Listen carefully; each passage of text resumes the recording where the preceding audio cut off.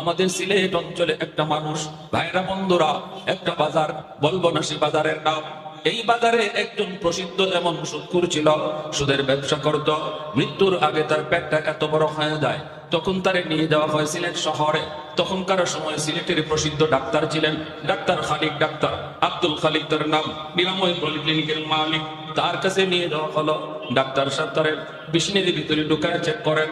Check কইরা doctor দৌড় দিয়া কয়, কারা কারা তোমরা এসেছো গো?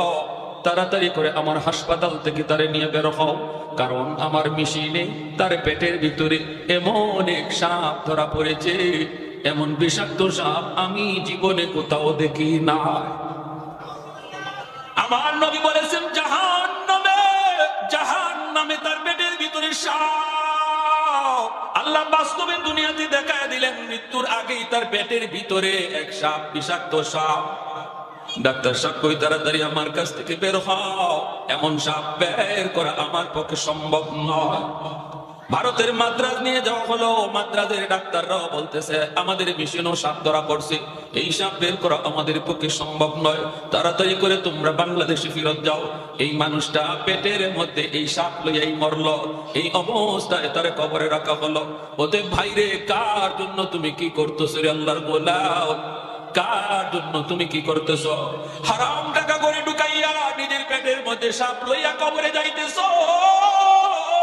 ইয়াউমা ইয়াফিরুল মারউ মিন আখিহি ওয়া উম্মিহি ওয়া আবিহি ওয়া সাহিবাতিহি ওয়া বানিহি লিকুল্লি ইমরিইন মিনহুম ইয়াউমাইযিন শা'নুন ইউগনি। আল্লাহ পাক রব্বুল আলামিন কয়, তোর মা সেদিন তোরে চিনবে না, তোর বাবা সেদিন তোরে চিনবে না, আদরের স্ত্রীটা সেদিন স্বামীকে চিনবে না, কলিজার টুকরা সন্তানও সেদিন বাবার পরিচয় দিবে না। তাহলে কার জন্য তুমি কি করতেছ? হারাম টাকা করে ঢুকাইয়া ছোট ভাই ডাক দিয়ে কয়, ভাইয়া দুহাই দুহাই, ভাইয়া তুমি সুদের ব্যবসা ছেড়ে দাও, আমার মাদ্রাসায় পড়াইতেছো, আবার তুমি সুদের ব্যবসা করো। কেউ তোমার পক্ষে আসবে না, কেউ তোমার বিপদে পাশে দাঁড়াবে না। বড় ভাই কয়, তুই পণ্ডিতি করিস না, মাদ্রাসা খালি গেছো, আরো কিছু পড়ো। ছোট ভাই কয়, ভাইয়া বিপদে পড়লে আব্বা তোমার পাশে আসবে না, আম্মা পাশে আসবে না, ভাবি পাশে আসবে না, ভাতিজা পাশে আসবে না, আমি তো না বলি, আমি তো কস কি তুই রক্ত পানি কইরা আমি সবাই খাওয়াইতেছি, পালতেছি, বিপদে পড়লে কেউ আসবে না? কয় না, একটু পরীক্ষা করে দেখবানি দুনিয়াতে। কেমনি পরীক্ষা করবি? ছোট ভাই কয়, তুমি মরা মানুষের ভান ধরে পড়ে দিও, এরপরে শুধু কানটা তুমি সজাগ রাখো আর শুধু শুনবা কে কি কয়। বড় ভাই বট গাছের তলে গিয়ে সে মরা মানুষের বান ধরে পড়ে গেছে। ছোট ভাই বড় ভাইকে মরা মানুষের লাশ বানায় বাড়ি তাই না হাজির, কান্না করে আর কয়, আব্বা ভাইয়া তো মারা গেছে, ভাইয়া তো মারা গেছে। বাপেও কান্দে, মায়েও কান্দে, ভাবিও কান্দে, বাতিজাও কান্দে, সবাই কান্না কাটিয়ে নুল পড়ে গেছে। ছোট ভাই বড় ভাইয়ের কানে কানে যায়, কয়, ভাইয়া এখন সজাগ আসুনি? সজাগ তো আসছি, তুই খালি খেয়াল রাখবি কেউ যেন গরম পানি না ডালে। কয় না, সমস্যা নেই, আমি আছি, টেনশন করো না, কানটা খালি সজাগ রাখো, শুনো কে কি কয়। আব্বা জিন হুজুরের কাছে আমাকে একটু যাওয়ার সুযোগ দেন, আমি হুজুরের কাছে একটু যাই। আমার মন বলে ভাইয়ার দম হয়তো আটকে আছে, এটা হয়তো কোনো জিন্নাতের কারসাজি, কারণ বট গাছের তলে ঘটনাঘট ঘটছে, আমার একটু হুজুরের কাছে যাইতে দেন। বাপে কয়, বাবা দৌড়তে দৌড়তে দৌড় দিয়ে গেছে জিন হুজুরের কাছে। কে জিন হুজুর? এতে নিজেই তো জিন, সব কাহিনী তো হেই ঘটাইছে। দৌড়ে আসছে, আব্বা জিন হুজুরে আমার একটা ফু শিখাইয়া দিছে। ফুর মধ্যে অ্যাকশন আসেনি না? হ্যাঁ জোরে বা তোকা। ফখরে বাংলার রহমতুল্লাহি আলাইহি এক নাস্তিকে কয়, হুজুর মানুষে আর কত ধোঁকা দিবেন? কিছে কই যে মানুষে কয়, হুজুর একটা ফু দেন, আর আপনি একটা ফু মাইরা দিলেন, একটা বাতাস দিলেন, এই বাতাস দিয়ে কি হইল? মানুষ আর কত এমন ধোঁকা দিবেন হুজুর? আল্লাহর ওয়ালি কয়, তুমি ফুতে কি হয় বুঝো না। কয়, ফুতে কি হইব? এটা একটা বাতাস, এটা হইব কি আবার? ট্যাবলেটও না, ইঞ্জেকশনও না। তো আল্লাহর ওয়ালি কয়, বাতাসে কি হয় তুমি বুঝো না? কয়, না বুঝি না। ফখরে বাংলার রহমতুল্লাহি আলাইহি কয়, তুমি বুঝবা কেমনে? তুমি তো জানোর সন্তান, তোমার বাপের ঠিক নাই। গালিটা কঠিন হয়েছে না? এর সাথে সাথে চেহারা লাল হয়ে গেছে, পটিতে ফুলে গেছে, হুজুরকে ধরে ফেলবে। মৌলভী আমার এত বড় কথা কইছে, মানুষজন দৌড়ায় আয়সা ধরছে, কিরে কি হয়েছে? কয়, হুজুরে দিবা না কি হয়েছে? আমার কি কইছে শুনছে? হুজুর কি কইছে? না কিছু কই নাই তো, আমি বলছি শুধু যার সন্তান ওর বাপের ঠিক নাই। মানুষের হুজুর একটু বেশি হয়ে গেছে। হুজুর আমি বেশি বোঝানোর জন্য কই নাই, আমি তারে মূলত একটা জবাব দিছি, জবাব। সে বাতাসে কি হয় বুঝে না, এটা বোঝানোর জন্য এটা বাতাস ছাড়ছি। বুঝছেন কথা? বাতাসে কি হয় সে বুঝে না, এজন্য তার একটা বাতাস ছাড়ছি। আমি কি তারা মারছি? তাই তোমার হুজুরে মারছে না? দেখেন আমি মারিও নাই, হাতও তুলি নাই, তার চেহারা লাল ঝরে গেছে, বডি ফুলে গেছে। কি করলাম? একটা বাতাস ছাড়লাম, তাও কি নাপাক বাতাস। একটা নাপাক গালির বাতাসে যদি তার চেহারা লাল বানায় দেয়, বডি ফুলায় দেয়, বডিতে যদি এমন আসর করে একটা নাপাক বাতাসে, আল্লাহর কালাম পাক পাক কালাম পইরা বাতাস দিলে যে অ্যাকশন হয় এটা বুঝাই না। কি বুঝলেন? পণ্ডিতি সব জায়গায় না, যার যার সাবজেক্টে পণ্ডিতি করো, ঠিক কিনা? দূরে কম সাবজেক্টের বাইরে আইসো না, সাবজেক্টের বাইরে আইসো লাভ নাই। আমাদের সিলেটের নুরুদ্দিন ঘরপুরি রহমতুল্লাহ আলাইহি, সিলেটি মানুষ এখানে আসেননি? একজন পাইছি, দুইজন, মাশাআল্লাহ আছে, বেশ কতজনই আছে। নুরুদ্দিন ঘরপুরি রহমতুল্লাহ আলাইহি বহুত বড় বুজুর্গ ছিলেন, আল্লাহ বলি। ইনি শনি মঙ্গলবারে ফু দিতেন। ফু মানুষের বোতল নিয়ে। অসুবিধা হইতেছে আপনাদের? বয়ান চলবে ইনশাআল্লাহ? আমার তো সব বয়ান সামনেই রয়ে গেছে, আপনাদের আগ্রহ দেখে এখন ডাইনে বাম আবার যাওয়া শুরু করছি। নুরুদ্দিন ঘরপুরি রহমতুল্লাহ আলাইহি শনি মঙ্গলবারে ফু দিতেন।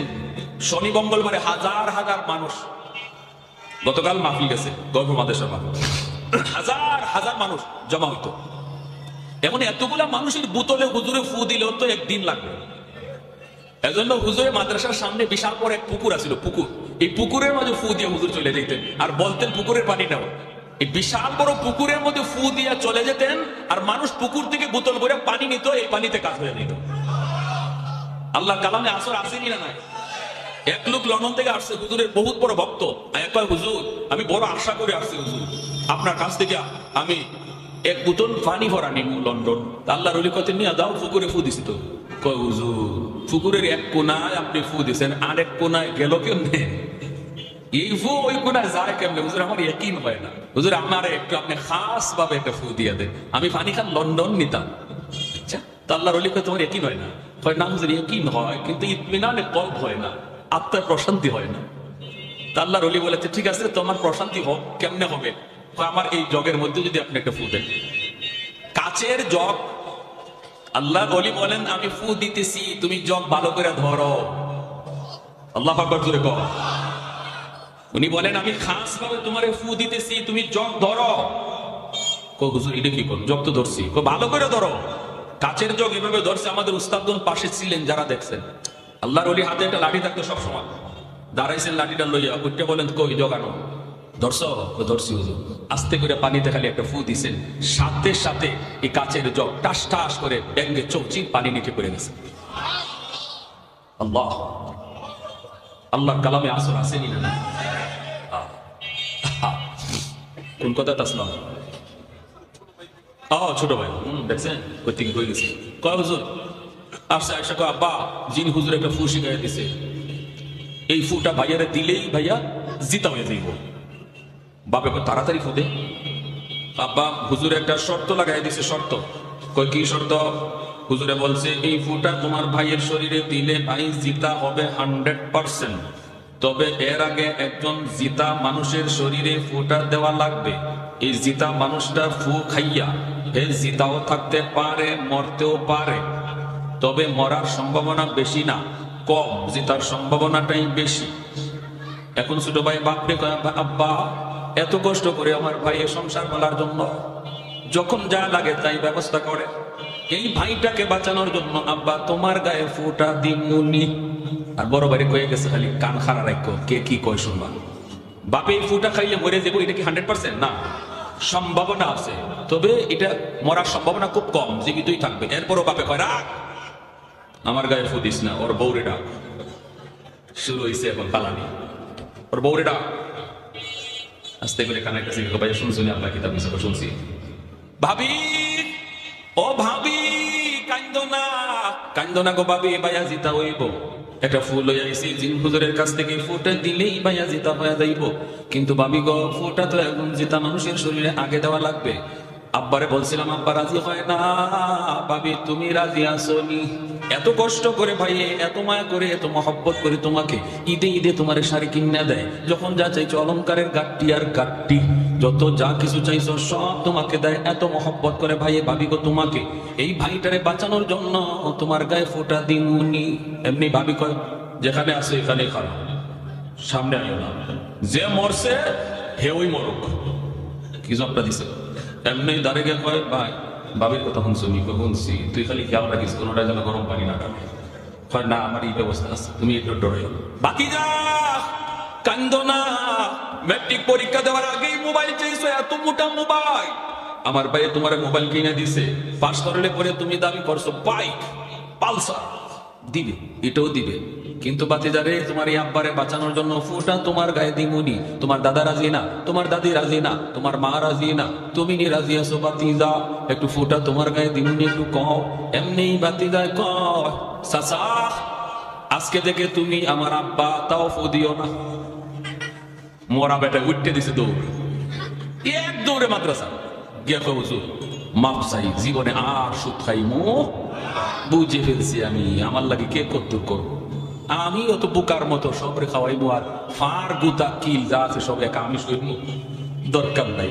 এজন্যই যে মানুষ হারাম ঘরে ঢুকায়, এই কথা বোঝার পরেও যে সব হিসাব তার, আর যারা খাইতেছে ফাও ফাও খাইতেছে কারো হিসাব দেওয়া লাগবে না, 10 জনের হিসাব সে একা দিব, এই কথা জানার পরও যে মানুষ হারাম টাকা দিয়ে ঘর বানাইতেছে, হারাম টাকা দিয়ে ঘরের মানুষকে খাওয়াইতেছে, এর মতো দুনিয়াতে বোকা আর কেউ নাই।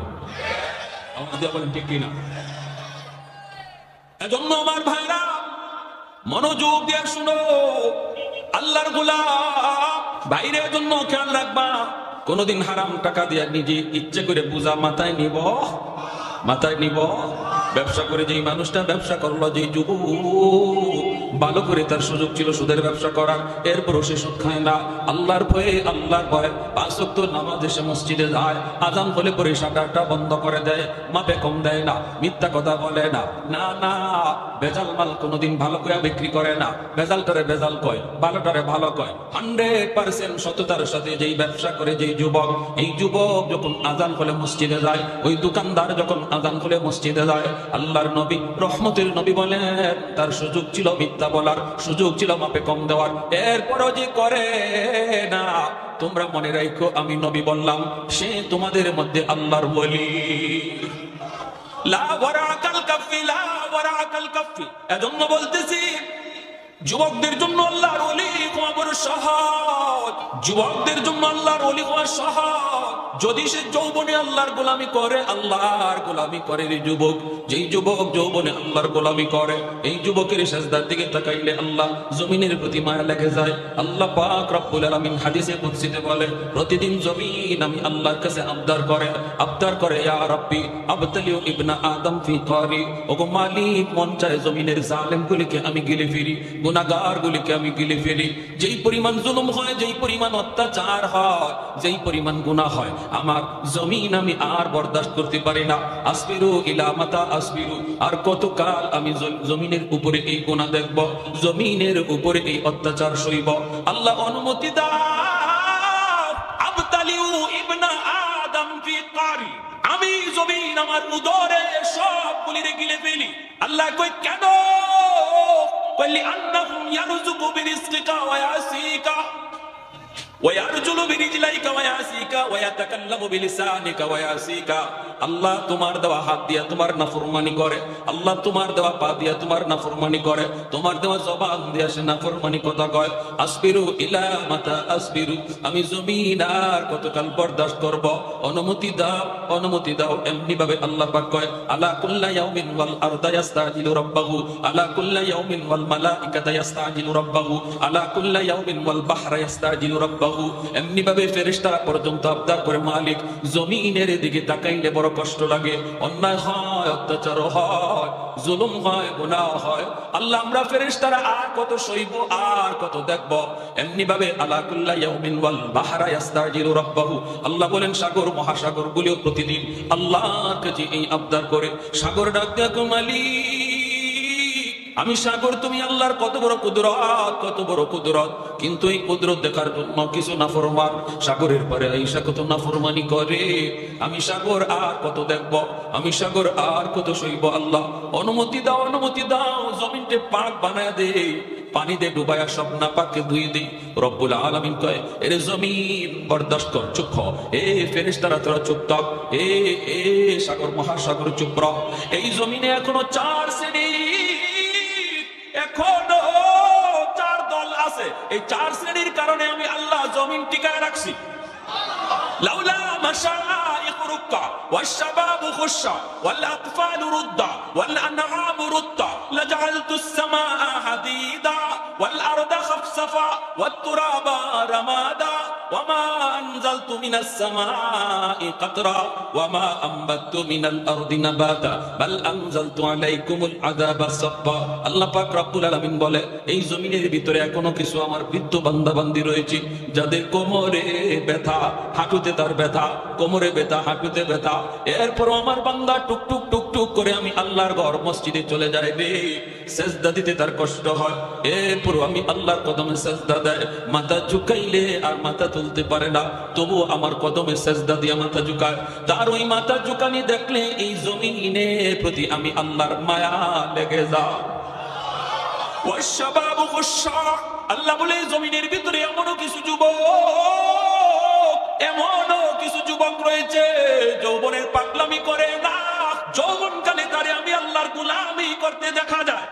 এ যুবক, তুমি যদি বলো যৌবনে পারা যায় না, আমি বলবো তোমার মতো যুবক যদি তাকাও সব জায়গায় এমন কিছু যুবক পাওয়া যাবে যারা যৌবনে আল্লাহর গোলামি করে, মসজিদে নামাজ পড়ে, আসেনি না নাই? কলেজে গেলে নামাজি যুবক পাওয়া যায়, ভার্সিটিতে গেলেও নামাজি যুবক পাওয়া যায়, আর্মিতে গেলেও নামাজি যুবক পাওয়া যায়, পুলিশে গেলেও নামাজি যুবক পাওয়া যায়। এ যুবক ভার্সিটিতে পইরা যদি যুবক মাথায় পাগড়ি পইরা, মুখে নবীর সুন্নাত দাড়ি রাইখা আল্লাহর গোলামি যৌবনে করতে পারলো, তুমি কেন পারবা না রে ভাই? তুমি কেন পারবা না? পারবো না এমন কাজকে বলা হয় যে কাজ কেউ পারে না। একজন যদি পারে তাহলে বোঝা যায় পারা সম্ভব, ঠিক না? একজন যদি পারে তাহলে বোঝা যায় পারা সম্ভব। তুমি যদি পারো আর একজন যদি পারে, তুমি কেন পারবা না? তুমি কেন পারবা না? আমি ঢাকা ইউনিভার্সিটিতে একবার গিয়েছিলাম, আমার বন্ধু আমাকে দাওয়াত করেছে, আমি জোহরের নামাজ পড়লাম, বন্ধুর সাথে হাত মিলাইলাম, এরপরে দেখি আরেকজন আমার সাথে হাত মিলাইলো। এত সুন্দর একটা যুবক, চেহারাটা একদম নুরানি, চেহারা জলমল জলমল করে, মুখের মধ্যে আমার নবীর সুন্নতি দাড়ি, মাথার মধ্যে তার পাগড়ি, সাদা দবদবে পাগড়ি। আমার দোস্ত আমাকে বলতেছে, দোস্ত তুমি তারে চিনোনি? আমি বললাম না দোস্ত, কোনোদিন তো দেখি নাই, আমি তো তোমারে জিজ্ঞেস করতাম সে কে? সে বলে সে হলো আমার দোস্ত। তাহলে তোমারও দোস্ত হাবিবুল হাবিবে হাবিবুল, বন্ধুর বন্ধু বন্ধু হয়। আমি বললাম দোস্ত, এত বড় একজন মুফতি সাহেব তোমার দোস্ত হয় কেমনে? কয় না রে দোস্ত, সে মুফতিও না, আলেমও না, মাদ্রাসায় পড়েও না, তার জীবনের শুরুই হয়েছে সেই স্কুল কলেজ দিয়া। আল্লাহু আকবার। ঢাকা ইউনিভার্সিটির মতো জায়গায় ভর্তি পরীক্ষায় ফার্স্ট ক্লাস ফার্স্ট হয়েছে, ইংলিশে অনার্স নিয়েছে, ইউনিভার্সিটির ভিতরে সে ফার্স্ট ক্লাস ছাত্র। ভার্সিটির সমস্ত শিক্ষকরা, টিচাররা, প্রফেসররা তারে বড় সম্মান করে, তারে বড় মায়া করে, আমরাও তারে বড় সম্মান করি, ইজ্জত করি। ইউনিভার্সিটির মধ্যে সে 1 নম্বর ছাত্র। আমি তখন হাতটা মিলাই, বুকটা মিলাইলাম, কপালে চুমু খাইলাম আর বললাম, যুবক, এই পরিবেশে থাকতে তোমার বুঝি কষ্ট হয় না? এই পরিবেশে তুমি চলতেছো এই পোশাক নিয়া, যেই পোশাক এই পরিবেশে মানায় না, এরপরও তুমি চলতেছো, তোমার বুঝি কষ্ট হয় না?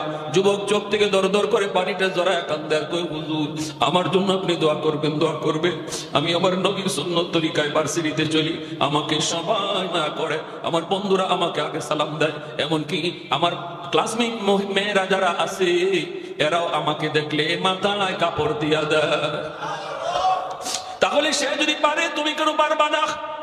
এ যুবক, তোমার দিকে আমার আল্লাহর কুদরতি নজর, আমার মালিকের কুদরতি নজর। আল্লাহ কয়, এই জমিনের ভিতরে এমনও কিছু যুবক পাওয়া যায় যে যুবকগুলি আমি আল্লাহকে ডরাই, যেই যুবকগুলি যৌবনে আমি আল্লাহকে ভয় পাই, ওরা যখন যৌবনে আমি আল্লাহর কদমে সেজদা দেয়, এই যুবকগুলির সেজদার দিকে তাকাইলে গুনাহগার জমিনের প্রতি আমার মায়া লেগে যায়।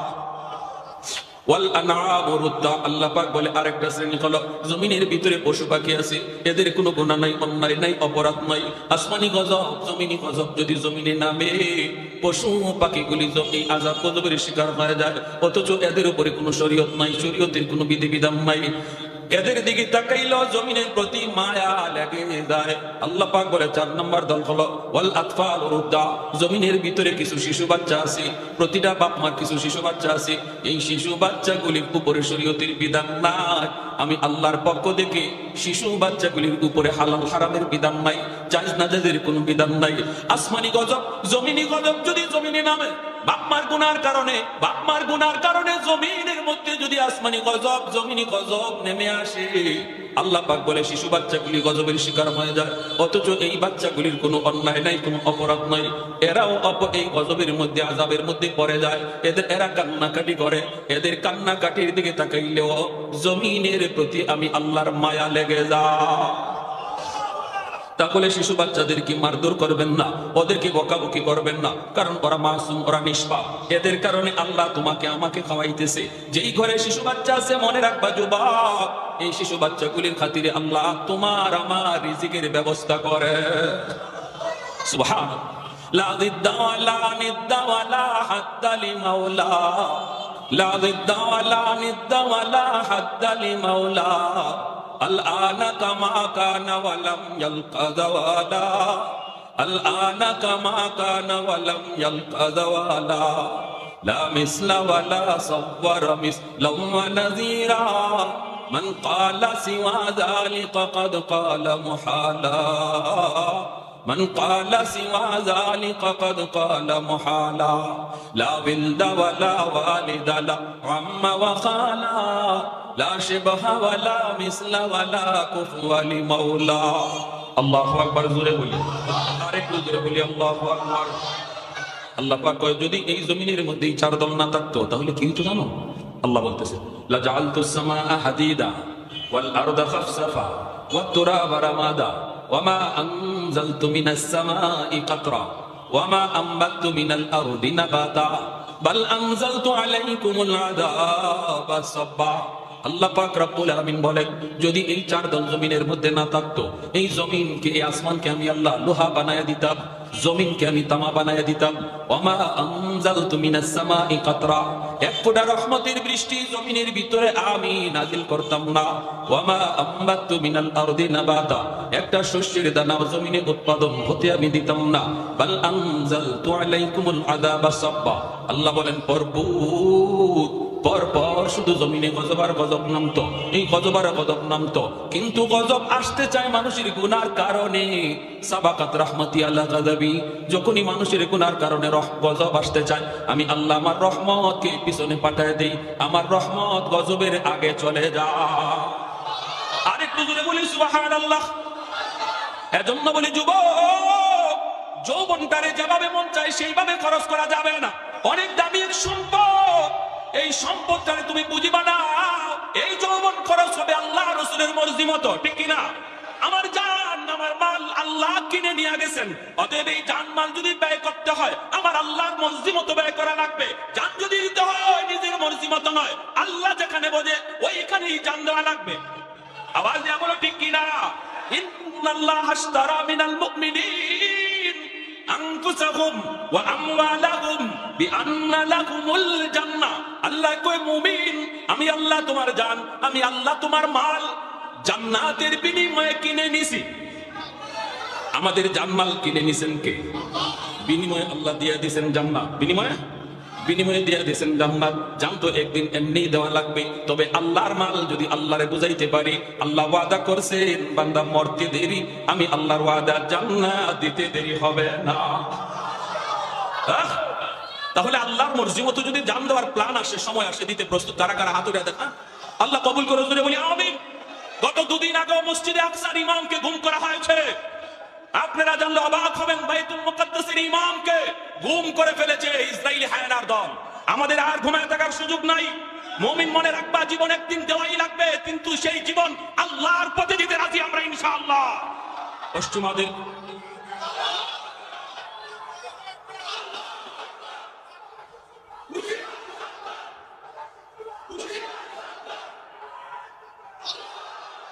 পশ্চিমাদের চোখ পড়েছে কাবাগরের প্রান্তরে, ব্রিটিশ দালাল দল বেঁধেছে ধ্বংস করতে চায় কারে। পশ্চিমাদের চোখ পড়েছে কাবাগরের প্রান্তরে, ব্রিটিশ দালাল দল বেঁধেছে ধ্বংস করতে চায় কারে।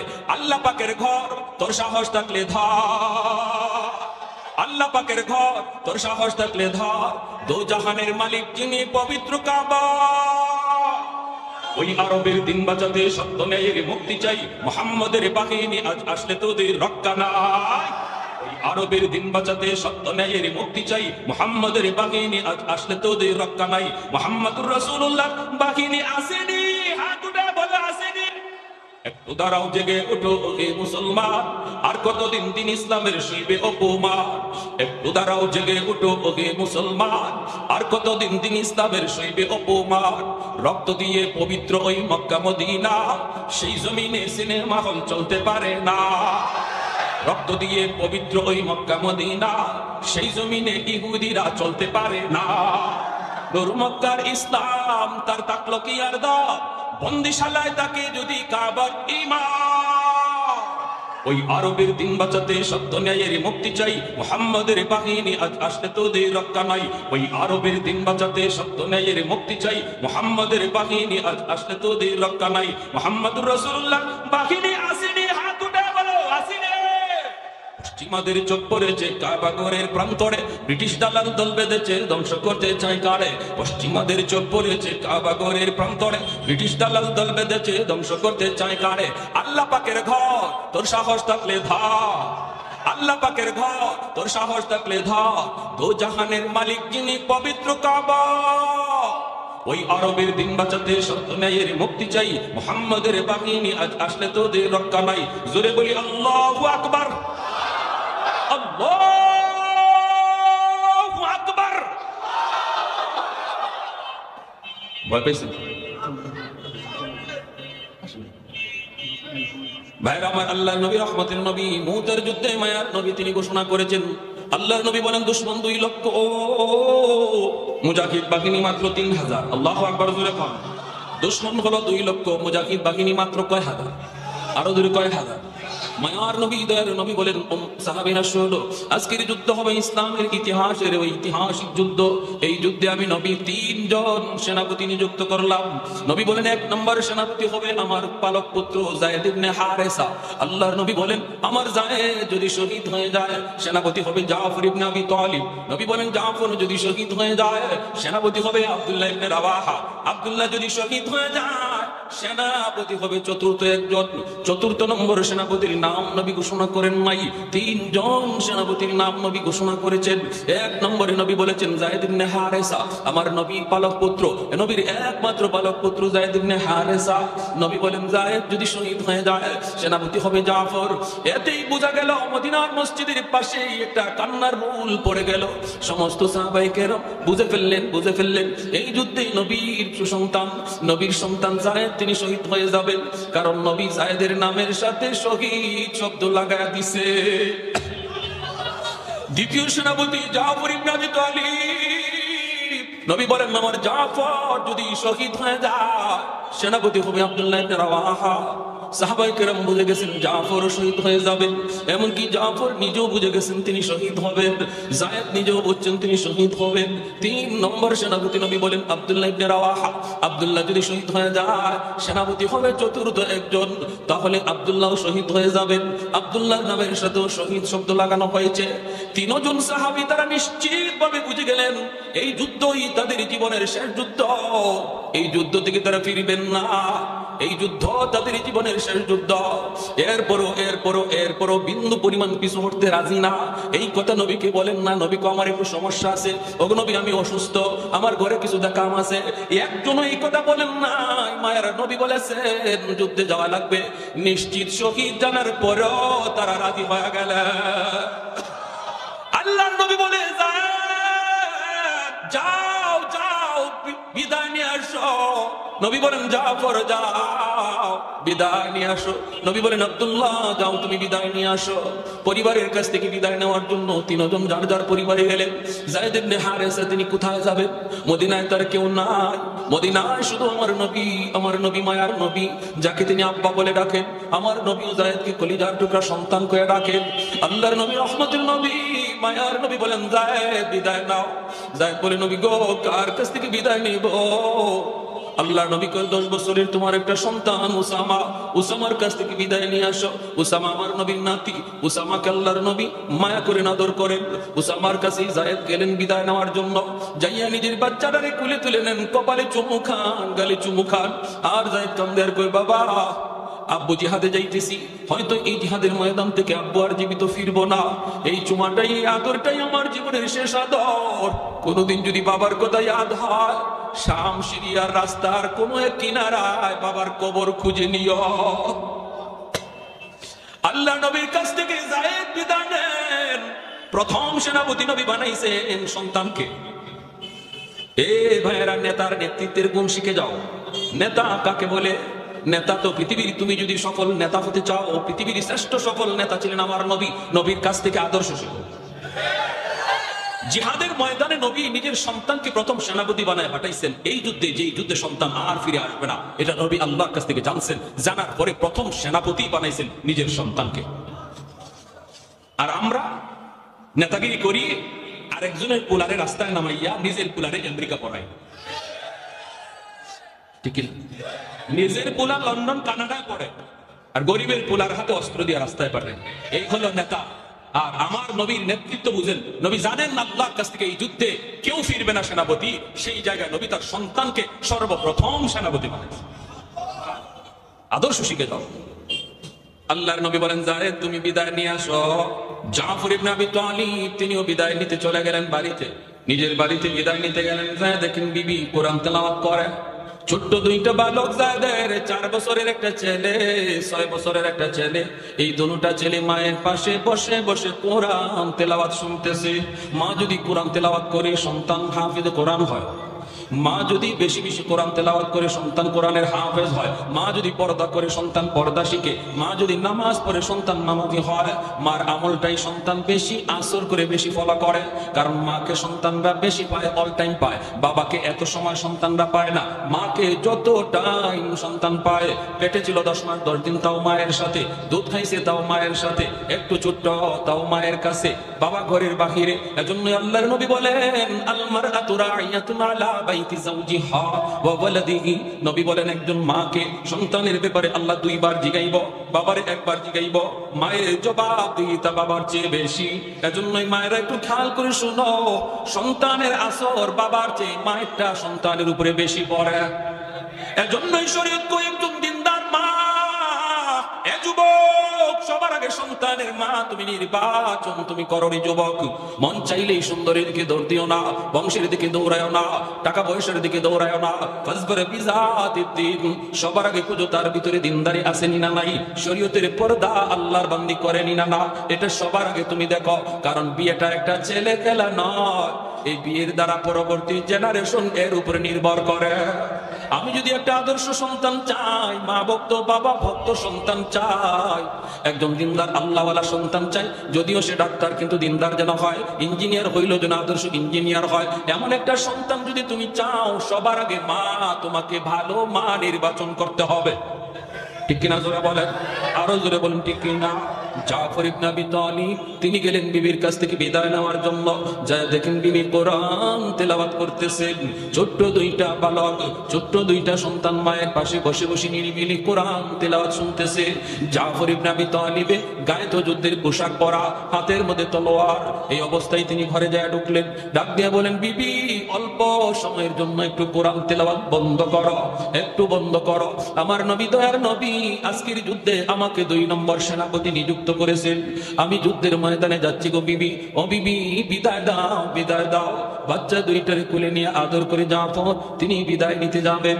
ওই অবস্থায় বিবি ডাক দেয়া কই, স্বামী গো, যুদ্ধে যাবেন, কোনো আপত্তি নাই। আমার নবী বলেছেন যুদ্ধে যাবেন, কিন্তু আমি নবীর জবানে শুনেছি যুদ্ধে যাবার আগে মুনাজাত আল্লাহর কাছে কবুল হয়। ওগো স্বামী, আমি একটু হাত উঠাবো, আমি মুনাজাত করবো, আর আপনি শুধু আমার সাথে আমিন আমিন বলবেন। এই বললে বিবি হাত উঠাই দিছে। জাফর ইবনে আবি তালিব কয়, ঠিক আছে তুমি মুনাজাত করো। বিবি 1 নম্বর দোয়াটাই করছে, আল্লাহ, ছোট 2টা বালক, ছোট 2টা বাচ্চা, অবুঝ নিষ্পাপ, এরাও বাপ মার সাথে হাত উঠাই দিছে। ভাইরা মনে রাখো, মহিলাদের দোয়া কিন্তু আল্লাহর কাছে পুরুষের আগে কবুল হয়। মাঝে মাঝে ঘরে বিবিকে নিয়ে হাত উঠাইও, বিবিকে বললো তুমি মুনাজাত করো, আমি তোমার সাথে আমিন বলবো, অথবা নিজে মুনাজাত করো, বিবিরে বলো, বিবি গো তুমি আমিন বলো। নবী বলে মহিলাদের দোয়া পুরুষের আগে আল্লাহর কাছে কবুল হয়। আল্লাহর নবীর সাহাবী তিনি তো হাত বাড়ায় দিছেন, আর বিবি দোয়া করে। 1 নম্বর দোয়া, 3টা দোয়া করছে। প্রথম নম্বর দোয়াটা ছিল, আল্লাহ আজকের যুদ্ধে মুসলমানদের তুমি বিজয় দান কইরা। জাফর ইবনে আবি তালিব কয় আমিন। 2 নম্বর দোয়া করছে, আল্লাহ ও মালিক এই যুদ্ধে মুসলমানদের মনোবল তুমি বাড়ায় দিও, সাহস তুমি বাড়ায় দিও। কারণ শুনেছি দুশমন হলো 2 লক্ষ, মুসলমান মাত্র 3000। আল্লাহ মুসলমানদের সাহস মনোবল তুমি বাড়ায় দিও, বাড়ায় দিও। জাফর ইবনে আবি তালিব বলেন আমিন। 3 নম্বর দোয়াটা করতেছেন বিবি। 3 নম্বর দোয়াটা করার আগে বিবি কান্না শুরু করছে, কথা বলতে পারে না, কান্দে আর আল্লাহ আমার 2টা অবুঝ 2টা শিশু বাচ্চা, এখনো বুঝে না, এখনো শিশু, এখনো বুঝে না, এখনো শিশু। আল্লাহ আমার 2টা অবুঝ বাচ্চার দিকে তাকাইয়া তাদের আব্বারে তুমি গাজী বানাইয়া ফিরত দিয়ে দিও। যেই মাত্রই দোয়া করছে আল্লাহ আমার স্বামীর জীবিত ফিরত দিও, আমার 2টা বাচ্চার দিকে তাকাইয়া আমার 2টা বাচ্চারে তুমি এতিম বানাও না, বানাও না। সাথে সাথে আর জাফর ইবনে আবি তালিব মুনাজাতের হাতটা তিনি ছাইড়া দিছে, আমিন বলেন নাই। তলোয়ারের বাট দিয়া বিবির হাতটাকে আস্তে করে নামা দেয়, নামায় কই বিবি গো তোমার আগের 2টা দোয়া কবুল হবে, 3 নম্বর দোয়াটা কবুল হবে না। কারণ আমার মায়ার নবী, আমি বলতে চাই নাই গো বিবি, আমাকে বলতে বাধ্য করেছো, বাধ্য করেছো। কারণ আমার নবী আমার পরে আরেকজন সেনাপতির নাম নবী ঘোষণা করেছেন। এতে করে সবাই আমরা নিশ্চিত এই যুদ্ধে আমি জীবিত ফিরবো না, শহীদ হয়ে যাব। কারণ আমার নামের সাথে নবী শহীদ শব্দ লাগাইছেন, আমার পরে আরেকজন সেনাপতির নাম নবী ঘোষণা করেছেন। না গো বিবি, এই বিদায় আমার জীবনের শেষ বিদায়, জান্নাতে আল্লাহর সাথে আল্লাহর সামনে সাক্ষাৎ হবে, আমাকে বিদায় দাও, বিদায় দাও। এই বইলা বাচ্চাগুলির চুমু খাইয়া বাচ্চাগুলির চোখের পানিটা বইসা জাফর ইবনে আবি তালিব জিহাদের ময়দানে রওনা দিলেন।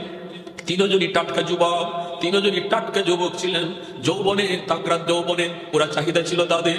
এই যৌবন কালটা আমার আল্লাহ রাসূলকে খুশি করার জন্য কিভাবে নিশ্চিত মরণ জানার পরেও সামনের দিকে আগাইতেছেন।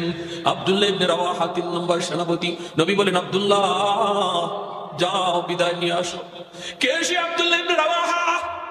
মাত্র ওই দিন তার বিবাহ হয়েছে, নতুন বিবির সাথে এখনো সাক্ষাৎ হয় নাই, এখনো বিবির চেহারা আব্দুল্লাহ দেখে নাই, বিবি ও স্বামীর চেহারাটা দেখেন নাই। বিবাহের আসরের মধ্যেই খবর গেছে মায়ার নবী তোমাকে মদিনার মসজিদে ডাকেন। আব্দুল্লাহ ইবনে রাওয়াহা আগ্দ হয়ে গেছে, বিবাহ হয়ে গেছে, আন্দর রুমে ঢুকবেন, বিবিকে দেখবেন। ওই মুহূর্তে বিবির চেহারা দেখার আগেই নবীর ডাক এসে গেছে। আব্দুল্লাহ কই না গো, আমার বিবির চেহারা আমার কাছে বড় নয়, আমার নবীর চেহারা বড়। আমার বিবির চেহারা আমার কাছে দামি নয়, মায়ার নয়, আমার কাছে জীবনের চেয়ে আমার বেশি মায়ার হলো আমার নবীর চেহারা। না না, আন্দরের ভিতরে যাওয়া যাবে না। এখান থেকেই তিনি মদিনার মসজিদে চলে আসলেন। আসা মাত্রই দেখেন মায়ার নবী ঘোষণা দিতেছেন আজকের যুদ্ধে 3 নম্বর সেনাপতি আমার আব্দুল্লাহ। আর বলতেছেন নবী আমার আব্দুল্লাহ যদি শহীদ হয়ে যায় তার মানে নিশ্চিত শহীদ। আল্লাহু আকবার। কারণ আমার নবী নিজের থেকে কিছুই বলেন না, আল্লাহর ইশারায় বলেন, ঠিক কি না? মা ইয়ান্তিকু আনিল হাওয়া ইন হুয়া ইল্লা ওয়াহয়ুন ইউহা। আল্লাহর নবী রহমতের নবী যখন বলেছেন আমার আব্দুল্লাহ যদি শহীদ হয়ে যায়, 4র্থ সেনাপতি হবে মুসলমানের ভিতর থেকে একজন, মুসলমানের ভিতর থেকে একজন। এই কথা বলার দ্বারা আব্দুল্লাহ নিজেও বুঝে গেলেন এই যুদ্ধই তার জীবনের শেষ যুদ্ধ। মদিনার মসজিদের সাহাবায়ে কেরামের ভিতরে একটা চাপা কান্নার রুল পড়ে গেল। আব্দুল্লাহ কান্দে, সাহাবায়ে কেরাম কান্দে, কিন্তু যে 3 জনের নাম ঘোষণা করছে তারা কান্দে না, তারা বরং হাসে। আল্লাহু আকবার জোরে কর। বন্ধুরা, কারণ তারা তো জানতেন আল জিহাদ মুখতাসারু তরিকিন ইলাল জান্নাহ, জিহাদ হলো জান্নাতে যাওয়ার বাইপাস রাস্তা। আল্লাহু আকবার। জিহাদ হলো জান্নাতে যাওয়ার বাইপাস রাস্তা। আমি আপনি জান্নাতে যেতে গেলে নামাজের হিসাব দেওয়া লাগবে, রাস্তায় রাস্তায় চেক পোস্ট আছে, পুলিশের চেক পোস্ট আছে, বিশ্ব রোড দিয়ে যাইতে গেলে জায়গায় জায়গায় চেক পোস্ট আছে, কাগজ দেখায় দেখায় সামনে যাওয়া লাগবে। ঠিক তেমনি ভাবে জান্নাতে যাওয়ার পথেও আমাকে নামাজের কাগজ দেখাতে হবে, রোজার কাগজ দেখাতে হবে, হজের কাগজ দেখাতে হবে, হালাল হারামের কাগজ দেখাইতে হবে। কিন্তু আল্লাহর নবী রহমতের নবী বলেন একজন মুজাহিদ আল্লাহর রাস্তায় যে শহীদ হয়েছে সে যখন জান্নাতে যাবে আল্লাহ বলবে তুমি বাইপাস আসো, পুলিশ যেদিকে নাই ওই দিকে আসো, বাইপাস আসো বিশ্ব রোড বাদ দিয়া। একজন মুজাহিদ যে শহীদ হয়েছে বাইপাস জান্নাতে চলে যাবে, তার কোনো চেক পোস্ট লাগবে না। আরেকটু জোরে করুন না সুবহানাল্লাহ। আহাদুন লাইসা কামিসলিহি সামাদুন লাইসা কাফাদলি লিমানিল মুলকু তুগুই তুসাদাওয়ার খুদাই লিমানিল মুলকু তুগুই তু সাদাওয়ার খুদাই তু খুদাবন্দ ইয়ামিনি তু খুদাবন্দ ইয়াসারি তু খুদাবন্দ জমিনি তু খুদাবন্দ समाई तू रहीमी तू करीमी तू समीई तू बसीरी तू मुइद्दी तू मुदिल्ली तू मलिकिल अर्शी बजाई बरी अद खुर्दम खुफ्तम बरी अद तहमत मरदम बरी अद बी उम्मीदी बरी अद रंज बलाई अल्लाहु अकबर। আব্দুল্লাহ ইবনে রাওয়াহা বিদায় নেওয়ার জন্য নতুন বিবির কাছে যান। ঘোড়ার পিঠে সওয়ার, যুদ্ধের পোশাক পরে তিনি রওনা দিলেন। বন্ধুদেরকেও সাথে নিয়ে গেলেন, সঙ্গী সাথীদের নিয়ে তিনি বাড়ির দরজার পাশে যা ডাক দিলেন, বিবি গো বিবি, বিদায় দাও বিদায় দাও, যুদ্ধে যাচ্ছি। মায়ার নবী আজকের যুদ্ধে আমাকে 3 নম্বর সেনাপতি ঘোষণা করেছেন। ও বিবি, আমি তোমার হক আদায় করতে পারলাম না, আমি তোমার হক আদায় করতে পারলাম না, এজন্য তুমি আমাকে কোনো দায়ী করো না। কিয়ামতের ময়দানে আল্লাহর তৈরি জান্নাতে দেখা হবে। এই বইলা বিবির কাছ থেকে তিনি বিদায় নেন। দরজা বন্ধ। আন্দর থেকে বিবি ডাক দেয়া কই, স্বামী গো, একটা বারের জন্য আপনি ঘরের ভিতরে আসুন, আমি প্রাণ ভরে শুধু আপনার চেহারাখানা এক নজর দেখব, যেন হাসরের মাঠে আমার স্বামীকে দেখলে আমি স্ত্রী যেন স্বামীকে চিনতে পারি। এক নজর শুধু চেহারাটা দেখবো গো স্বামী। জিহাদে যাইতেছো যাও, বাধা নাই, আমাকে একটা বারের জন্য চেহারাটা দেখার সুযোগ দাও, সুযোগ দাও। আব্দুল্লাহ ইবনে রাওয়াহা তখন আওয়াজ দিয়ে কই, না গো বিবি, আমি ভিতরে ঢুকবো না, আমার চেহারা তোমাকে দেখাবো না, আমিও তোমার চেহারা দেখবো না, কারণ আমি শুনেছি তুমি আরবের অনেক সুন্দরী নারী, অনেক সুন্দরী তুমি। আমি যদি তোমার চেহারা দেখি, মায়াবী চেহারা, হয়তো জিহাদের ময়দানে আমার মনে পড়ে যেতে পারে। যদি তোমার চেহারা জিহাদের ময়দানে আমার মনে পড়ে, জিহাদ করতে আমার ব্যাঘাত ঘটবে।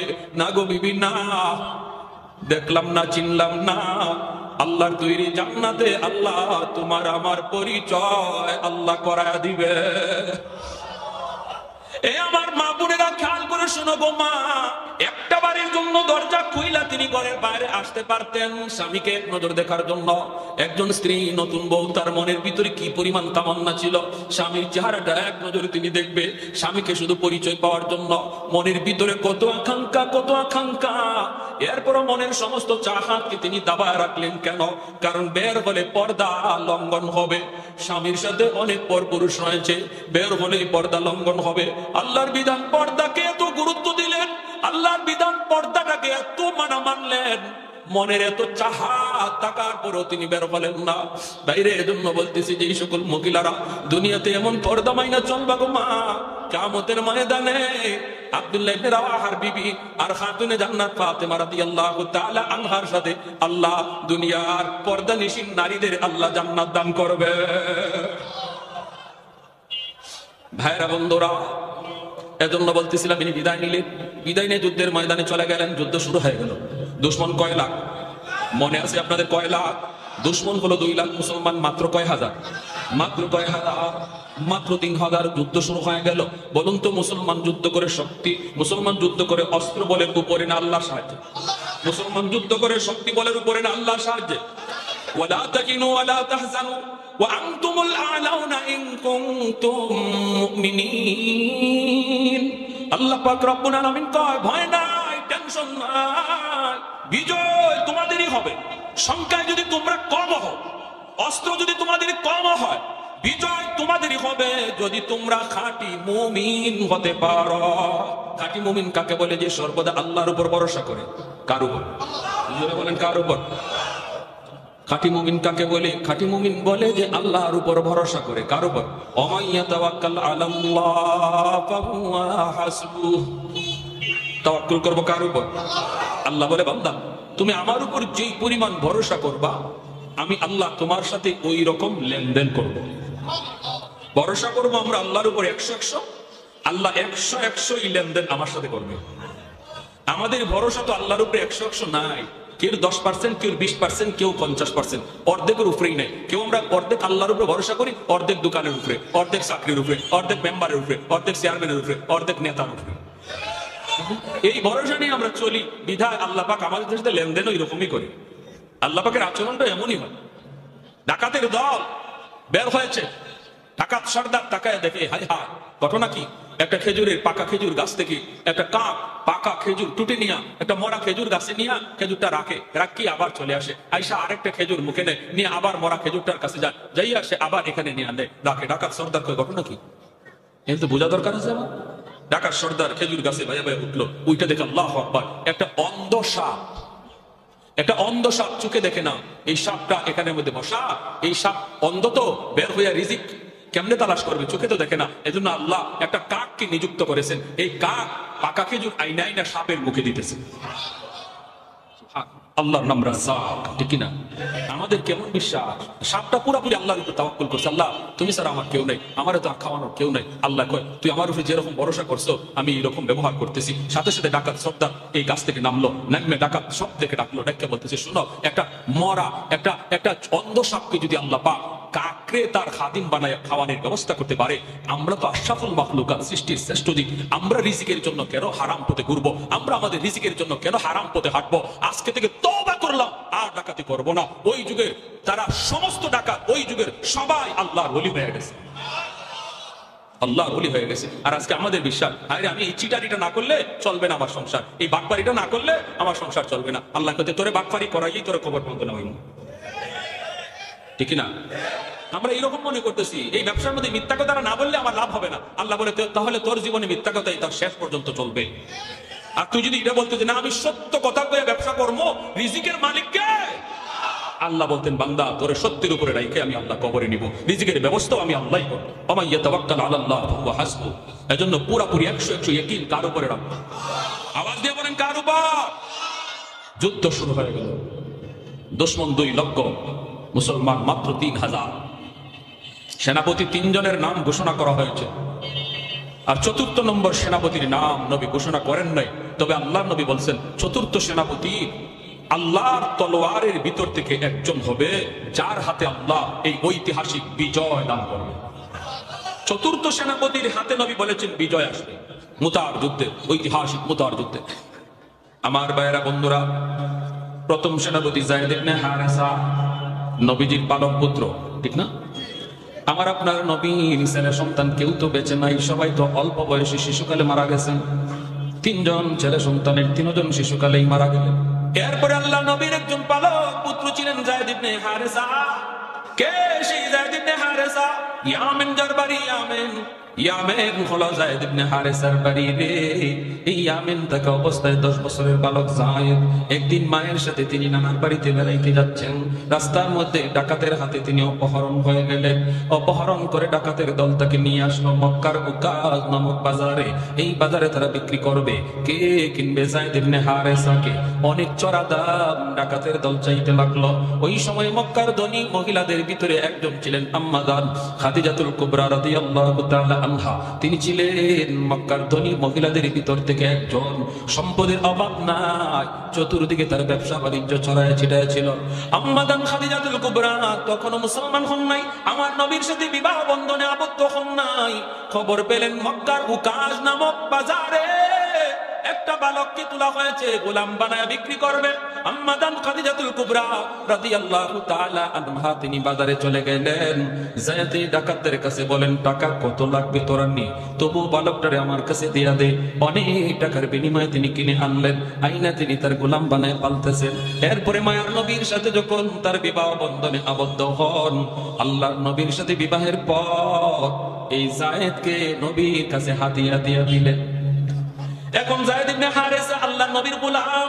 এইদিকে ইয়ামেন একমাত্র ছেলে যায়েদকে হারাইয়া মা পাগল, বাবা পাগল। রাস্তায় রাস্তায় মা ঘুরে আমার যায়েদ, আমার যায়েদ, আমার যায়েদ। যেই মা সন্তান হারানো যায় ওই মা জানে সন্তান হারানোর ব্যথা কত কষ্টের। যেই বাবার সন্তান হারানো যায় ওই বাবা জানে সন্তান হারানোর ব্যথা কত কষ্টের। মারা যাওয়া এত কষ্টের নয়, হারায় যাওয়া যত কষ্টের। প্রতিটা মুহূর্তে মুহূর্তে মার ইয়াদ হয় আমার বাচ্চাটা এখন জানি কোথায় আছে গো, কোথায় কি খাইতেছে, কার হাতে জানি আছে, আরামে আছে না কষ্টে আছে। এই চিন্তায় মা পাগল হয়ে যায়, পাগল বাবা পাগল হয়ে যায়। ইয়ামেনের মানুষও জানে যায়েদের মা পাগল। ইয়ামেন থেকে কিছু মানুষ মক্কায় আসলো। আল্লাহ নবীর কাছে যায়েদকে তারা দেখলো। হারাইছিল 10 বছর বয়সে, এখন তো জায়েদের বয়স হয়ে গেল 16-17 বছর। যদিও 16 বছর, 10 বছর, 8 বছর, 9 বছর গ্যাপ হলো, তবু চেহারার সাথে কিছু মিল আসেনি না?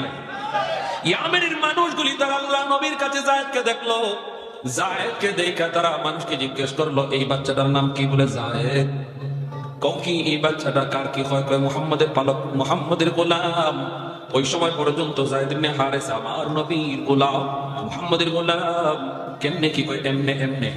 ইয়ামেনের মানুষগুলি তারা নিশ্চিত হয়ে গেল এই সেই জায়েদ, যেই জায়েদ হারানোর কারণে তার মা পাগল, বাবা পাগল।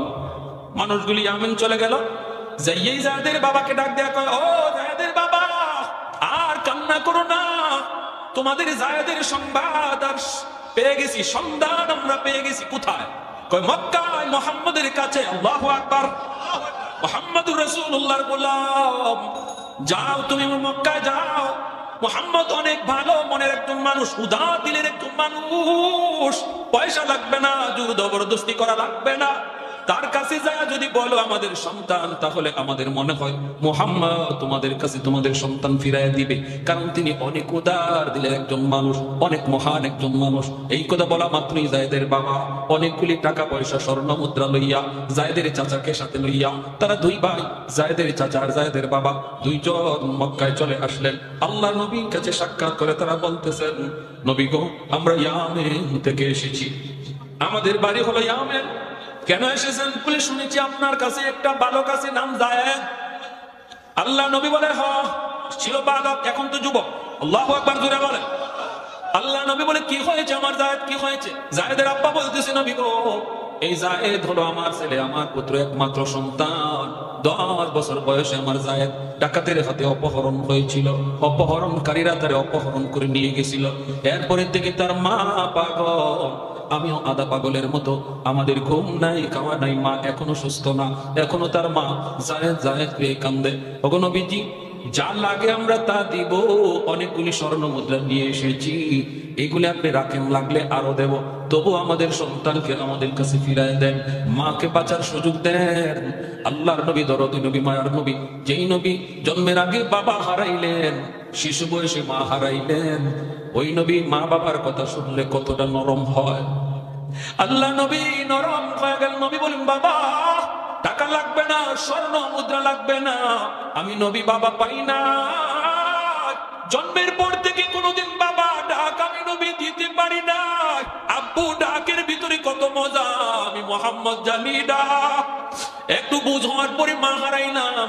জায়েদ যেহেতু আপনাদের সন্তান বলতেছেন, আমি বিন্দু পরিমাণ বাধা দিব না, আটকাবো না, রাখবো না, আমি জায়েদকে আপনাদের কাছে দিয়ে দিব, কোনো টাকা পয়সা লাগবে না। তবে আমার জায়েদকে জিগাইতে হবে, জায়েদ আপনাদেরকে চিনে কি না। আল্লাহ নবী ডাক দিলেন, পাশের রুমেই ছিলেন জায়েদ, নবী ডাক দিলেন, বাবা জায়েদ, জায়েদ ইবনে হারেসা। আল্লাহ নবী ডাক শোনা মাত্রই ঘরের ভিতরে ঢুকে তিনি তাকায় দেখেন, পাশেই দাঁড়ায় আছেন, নবীর পাশেই বসে আছেন দুইজন মানুষ। একজনের চেহারার দিকে তাকায় তিনি জায়েদ চিনে ফেলেছেন, ইনি আমার 10 বছর আগে হারানো বাবা, ইনি আমার চাচা। জায়েদ চিনে ফেলেছেন, বাবাকে চিনে ফেলেছেন, চাচাকে চিনে ফেলেছেন।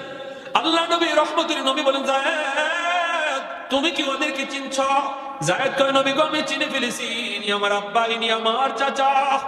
আল্লাহ নবী বলে, জায়েদ তুমি যে হারায় গেছিলা, তোমাকে ডাকাতের দল অপহরণ করে নিয়ে এসেছে, কোনদিন আমি নবীর কাছে তুমি তো বলো নাই রে জায়েদ। জায়েদ বলে, নবী গো, কেমন করে বলবো? কেন আমি বলবো? কারণ মায়ের আদর, বাবার আদর, সমস্ত আদর আমি আপনার কাছে পাইছি। মা হারানোর ব্যথা, বাবা হারানোর ব্যথা, মা হারানোর ব্যথা, বাবা হারানোর ব্যথা, মা বাবার অভাব তো আমি টের পাই নাই। আল্লাহ নবী রহমতের নবী কই, জায়েদ এমন কথা বলে না, বাবা বাবা তো বাবাই, মা তো মা, তোমার মা পাগল হয়েছে, শুধু জায়েদ জায়েদ করে, বাবা চলে যাও, বাবার সাথে মায়ের কাছে চলে যাও, বাপ মার কাছে চলে যাও, তারা নিতে আসছে, আমি খুশি মনে তোমাকে বিদায় দিলাম। যেই মাত্র নবী এই কথা বলছেন, জায়েদ তো মাথা নিচের দিকে দিয়ে কান্না শুরু করছে, কথা বলে না, নড়ে না, চড়ে না। আল্লাহ নবী বুঝতে পেরে নবী আবার বলতেছেন, জায়েদ তুমি যদি তোমার আব্বা আম্মার সাথে যেতে চাও, আমি নবী বাধা দেব না, তুমি চলে যেতে পারো, বিনিময়ে আমি কিছুই নিব না। আর যদি আমি নবীর সাথে তুমি থাকতে চাও, আমি তোমাকে আমার বুকে আগলাইয়া রাখবো। আল্লাহু আকবার। আর যদি তুমি আমি নবীর সাথে থাকতে চাও, আমি তোমাকে আমার বুকে আগলায় রাখবো। যেই মাত্র নবী দুটা অপশন দিয়া দিছেন, এমনি যায়েদ মাথাটা উপরের দিকে উঠাইয়া চোখের পানিটা মুইসা কয়, নবী গো, ওগো মায়ার নবী, আমি সিদ্ধান্ত নিয়েছি, হারানো বাপ মা পাইও আমি বাপ মার কাছে যাইতে রাজি না। আমি সারা জীবন আমার মায়ার নবীর কদমে থাকতে চাই। কেমন দরদি নবী ছিলেন আমার, কেমন দরদি নবী। বাপ মা পাইও সন্তান বাপ মার কাছে যাইতে চায় না, নবীর কাছে থাকতে চায়। আল্লাহু আকবার জোরে কর। कौनैन मुख्तार खुदा तुमको बनाया, कौनैन मुख्तार खुदा तुमको बनाया, उम्मत का निगाहबान खुदा तुमको बनाया, उम्मत का निगाहबान खुदा तुमको बनाया। मौला मेरा आका मेरा रहमत की नबी है, ताजदार मदीना के तो माहे अरबी है। अशजार ने देते हैं नबूवत के शहादात, तशकीर के कमर में है तो अंगुल की इशारा। अल्लाहु अकबर जोरे बोली अल्लाहु अकबर। একটু জবান খুলে জিকির করি, লা ইলাহা ইল্লাল্লাহ, লা ইলাহা ইল্লাল্লাহ, লা ইলাহা ইল্লাল্লাহ।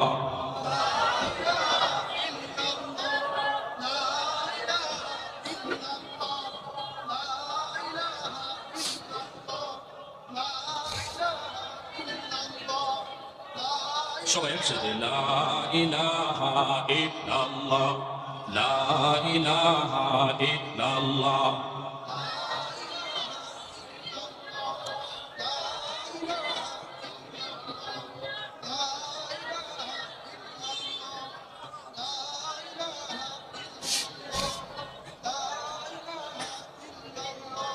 अल्लाहु रब्बुना मुहम्मद नबीयुना, अल्लाहु रब्बुना मुहम्मद नबीयुना, नहनु नुतीउहुमा, नहनु नुतीउहुमा, नहनु कुल्लुन हिज़्बुल्लाह, ला इलाहा इल्लल्लाह, वातसिम बिहब्लिल्लाह, मुजाहिद फी दीनिल्लाह, ला इलाहा इल्लल्लाह, ला इलाहा इल्लल्लाह, ला इलाहा इल्लल्लाह, ला इलाहा इल्लल्लाह। সবাই সবাই, লা ইলাহা ইল্লাল্লাহ, লা ইলাহা ইল্লাল্লাহ, লা ইলাহা ইল্লাল্লাহ, লা ইলাহা ইল্লাল্লাহ।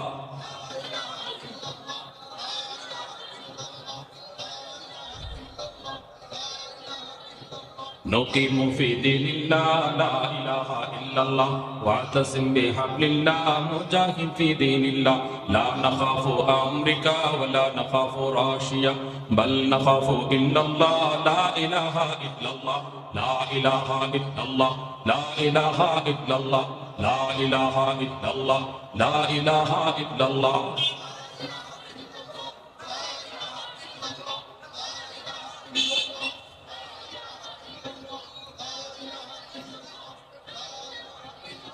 লা ইলাহা ইল্লাল্লাহু মুহাম্মাদুর রাসূলুল্লাহ। জোরে সোরে বলি সাল্লাল্লাহু আলাইহি ওয়াসাল্লাম। যেই মাত্র যায়েদ ইবনে হারেসা তিনি বললেন, ইয়া রাসূলুল্লাহ, আমি সিদ্ধান্ত নিয়েছি, আমার মনকে জিজ্ঞেস করেছি, আমার মন বলে বাকি জীবন নবীর সাথেই থাকতে চাই। দীনের নবী, মায়ের নবী, রহমতের নবী বসা ছিলেন, নবী দাঁড়ায় গেলেন। যায়েদের বাবা দৌড় দিয়া যায়েদকে বুকে জড়ায় কয়, বাবা কি সিদ্ধান্ত তুমি দিলা রে বাবা? একবারও কি মার কথা ইয়াদ হলো না? একবারও কি বাবার কথা ইয়াদ হলো না? যায়েদ বলতেছে, বাবা ও বাবা, তুমি কি চাও না গো বাবা তোমার সন্তান আরামে থাকুক, সুখে থাকুক, শান্তিতে থাকুক? সকল পৃথিবীর বাপ মা চায় সন্তান সুখে থাকুক, আরামে থাকুক। ও বাবা তুমি বিশ্বাস করো, বাপ মার কাছে থাকলেও আমি এত আরাম এত সুখ পাবো না যতটা সুখ আমি মায়ার নবীর কাছে থাকলে পাবো। এই কথা বলা মাত্রই যায়েদের বাবা যায়েদকে বুকে জড়ায় ধরে কপালে চুমু খায়, বলে, বাবা তাহলে আমার বুঝ হয়ে গেছে রে বাবা, কতটা আরামে তুমি নবীর কাছে ছিলা। ঠিক আছে, আমি যাই তোমার মাকে বলবো, আর মাঝে মাঝে আমরা বাপ মা নবীর দরবারে আইসা তোমাকে দেখে যাব, আর আমরা নিজেরা খুশি মনে নবীর কাছে তোমাকে রেখে গেলাম। আমরা মা, আমরা বাবা মাঝে মাঝে আইসা তোমারে দেখবো, তুমি নবীর কাছে থাকো। সেই যায়েদ আল্লাহ নবী উইঠেই বুকে লইয়া, নবী বুকের মধ্যে জড়ায় ধরে একটা দৌড় দিয়া নবী ঘর থেকে বের হয়ে গেছে। বের হয়ে এক দৌড়ে সাফা পাহাড়ের উপরে গিয়ে উঠলেন।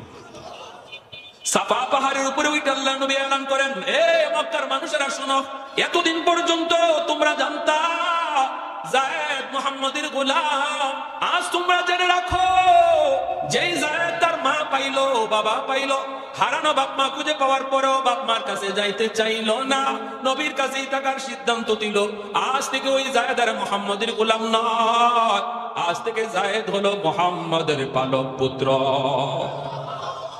আম্মাদান আয়েশা সিদ্দিকা রাদিয়াল্লাহু তাআলা আনহা বলেন, এত মায়া করতেন মায়ার নবী, এত আদর করতেন, যখনই মায়ার নবী ঘরের ভিতর থেকে আওয়াজ পাইতেন, বাকিরে যায়েদের আওয়াজ শোনা যায়, সাথে সাথে মায়ার নবী তিনি ঘর থেকে এমন ভাবে তিনি ঘর থেকে বের হতেন, আম্মাজান বলেন নবী কোন হালতে আছেন এটাও খেয়াল করতেন না, যায়েদের আওয়াজ পাইলে নবী যদি গায়ে কিছু নাও থাকতো, শরীরটার মধ্যে একটা চাদর থাকতো, এই অবস্থায় নবী ঘর থেকে যায়েদ কইয়া দৌড় দিয়া বের হয়ে যাইতেন। আম্মাজান বলতেছে নবী যায়েদ ইবনে হারেসার এত মায়া করতেন, খালি আওয়াজটা পাইছেন আমার যায়েদ আইছে এই কথা কইয়া নবী আমাদের কাছ থেকে এইভাবে দৌড় দিতেন, কোন হালতে আছেন এটারও খেয়াল থাকতো না। সেই কলিজার টুকরা সন্তানটারে মায়ার নবী মুতার যুদ্ধের 1 নম্বর সেনাপতি বানাইছেন, এবং জানেন এই যুদ্ধে যায়েদ জীবিত ফিরবে না, যায়েদ শহীদ হয়ে যাবে। যুদ্ধ শুরু হয়ে গেল, প্রথম সেনাপতি যায়েদ ইবনে হারেসা, মনে আছে? মনে আছে? মুসলমান যুদ্ধ করে শক্তি বলের উপরে না আল্লাহর সাহায্যের উপর, অস্ত্রের উপরে না আল্লাহর সাহায্যের উপর। আমরা তো আমাদের মূল অস্ত্রের কথা ভুলে গেছি, আসল অস্ত্র ভুলে গেছি। নকল টানাটানি, উম্মতে মুহাম্মদী নকল টানাটানি। অস্ত্র সংগ্রহ করো, কিন্তু মূল অস্ত্র আমাদের এই আসবাব নয়, মূল অস্ত্র হলো আল্লাহর সাহায্য, আল্লাহকে খুশি করা। আল্লাহ যদি আমাদের উপর খুশি থাকে তাহলে দুশ্মনের হাতে থাকবে 147, আমাদের হাতে থাকবে ইটের টুকরা, ইটের টুকরা। ঠিক কিনা যেরকম আল্লাহ যদি আমাদের উপর খুশি থাকে, ওদের হাতে থাকবে অত্যাধুনিক অস্ত্র, আমাদের হাতে থাকবে মাটির চাকা। আল্লাহ এই মাটির টুকরাকে অ্যাটম বোমা বানায় দেবেন। ঠিক কিনা যেরকম এটা আল্লাহ পারে না? বদরের যুদ্ধে মাত্র 313 জন সাহাবী, 8টা তলোয়ার, বাকিদের হাতে খেজুরের ডাল। এই খেজুরের ডালকে আল্লাহ তলোয়ার বানায় দিয়েছে। যে যে দিক দিয়ে খেজুরের ডাল দিয়ে আঘাত করছে, তলোয়ারে যা না করে ডালে এর চেয়ে বেশি করছে। আবু জাহেলের যে 2 বাচ্চা খেজুরের ডাল দিয়ে পুঁতা দিছে, এই খেজুরের ডাল আবু জাহেলের বডি ছিদ্র হইয়া মাটির ভিতরে গিয়ে ঢুকছে। কি বুঝলেন? হ্যাঁ, তাহলে বোঝা গেল আমরা আমাদের মূল পাওয়ার ভুলে গেছি, আল্লাহকে খুশি করা। আল্লাহ আমাদের উপরে নারাজ, এই মুহূর্তে আমাদের সবচেয়ে বড় করণীয় হলো আল্লাহকে খুশি করা। যদি আল্লাহকে খুশি করতে পারি তাহলে আমাদের অস্ত্র কি পরিমাণ আছে এটা দেখা লাগবে না। আমরা ময়দানে দাঁড়ায় থাকবো, শুধু দাঁড়ায় থাকবো, মূল অ্যাকশনে যাবেন আল্লাহ নিজে। আল্লাহ তার নবীকে বলতেছেন, বন্ধু তুমি মারছো না, আমি আল্লাহ মারছি। আল্লাহ বলতেছেন আমার আপনার নবীরে, বন্ধু বদরে তুমি মারছো না তো, মারছি তো আমি আল্লাহ, তোমার সামনে সাইনবোর্ড বানায় রাখছি। এজন্য যতগুলা বন্দী হয়েছে, 70 জন মাক্কা মারা কাফের বদরে নিহত 70 জন বন্দী, যারা বন্দী হয়েছে এরা প্রত্যেকেই এরকম জবানবন্দি দিছে। জবানবন্দিতে কয় তোমরা আমার আর বন্দী করো নাই তো, বন্দী করছে কেডা? কয় ভাই কি যুদ্ধ করব, খালি রওনা দিছি তোমাকে একজনের উপরে হামলা করব, হঠাৎ করে দিকে আসমান থেকে ঘোড়ার উপরে সোয়ার হইয়া সাদা পোশাক, সাদা জুব্বা, তলোয়ার লইয়া আমার ঘোড়ার সামনে খাড়াইয়া আমার ঘাড়ের মধ্যে ধরছে। কয় তলোয়ারটা ফালাই দিই, নাইলে একবার আলাদা করে ফেলবো। কয় খালি রেডি হইছি তীর মারবো, এমনি দিকে আমার পিছনে কে গুতা মারে, পিছনে চাইলাম দেখি সাদা পোশাক, সাদা জুব্বা। নবীর চাচা হযরত আব্বাস রাদিয়াল্লাহু তাআলা আনহু, বদরের যুদ্ধে আমার নবীর আপন চাচা, আবু জাহেলের পক্ষে। হযরত আব্বাস রাদিয়াল্লাহু তাআলা আনহু নবীজির বিপক্ষে, পরে উনি কালেমা পড়ে মুসলমান হয়েছেন। সে আব্বাস রাদিয়াল্লাহু তাআলা আনহু ওনাকে আব্দুল্লাহ ইবনে মাসউদ রাদিয়াল্লাহু তাআলা আনহু বন্দী করে নবীর সামনে আনছেন। আল্লাহ নবীর কাছে আনার পরে নবীকে আব্বাস রাদিয়াল্লাহু তাআলা আনহু বলতেছে, ভাতিজা মুহাম্মদ তুমি কি মনে করো তোমার আব্দুল্লাহ আমারে এইভাবে বন্দী করে নিয়ে আইছে? নবী বলেন, চাচা এই তো দেখতেছি তো, তাই আমার আব্দুল্লাহ আপনারে নিয়ে আসছে। এমনি নবীর চাচা আব্বাস বলেন, ভাতিজা তোমার চাচারে ভুলে গেছে, তোমার সাহাবী এমন আব্দুল্লাহ 10 জনও তো তোমার চাচারে তোমার কাছে বন্দী করে আনার মতো না। আল্লাহ নবী বলতেছে, চাচা আমারও তো এমনটাই মনে হইতেছে, আব্দুল্লাহ আপনার কেমনে ক্যাপচার করবে? এমনি হযরত আব্বাস রাদিয়াল্লাহু তাআলা বলে, ভাতিজা আব্দুল্লাহ না, ওই মানুষটা কই? একটু আগে যে এখানে বসা ছিল, আমি তার দিকে তাকাইতেছিলাম, সে কোথায় গেল? আল্লাহ নবী বলে, চাচা ইনি তো মানুষ না, ইনি জিবরাইল আমিন। হযরত আব্বাস রাদিয়াল্লাহু তাআলা বলে, ভাতিজা ইনি আমাকে গ্রেফতার করেছে, আমি দেখেছি কে আমাকে গ্রেফতার করেছে, সু ছিল তোমার সাহাবী আব্দুল্লাহ। আল্লাহু আকবার জোরে কম। আমরা সেই জাতি, ঠিক কিনা জোরে বলেন? আমরা সেই জাতি, আমরা সেই ইতিহাস ভুলে গেছি। সেই ইতিহাস ভুলে যাওয়ার কারণে আমাদের কপালে এত দুর্গতি। এদিকে একজনের লাথি মারে, এই দিক থেকে আরেকজনের লাথি মারে, আর আমরা ফুটবল হইয়া নাচতেছি নাচাইতেছে, আমাদেরকে নাচাইতেছে, তো নাচাইতেছে। আর্জেন্টিনা আর ব্রাজিল দিয়ে একবার নাচাই গেছে না। যখন আমরা আর্জেন্টিনা ব্রাজিল নিয়ে নাচি, তখন ফিলিস্তিনের জমিনে আমার মুসলমান ভাই বোনের রক্ত ঝরে। ফিলিস্তিনের জমিনে যখন রক্ত ঝরে, আমি আপনি খেলা দেখি, ইসরায়েলি হায়েনারা খেলা দেখে না, মুসলমানের ঘরে ঢুকে ঢুকে হত্যা করে।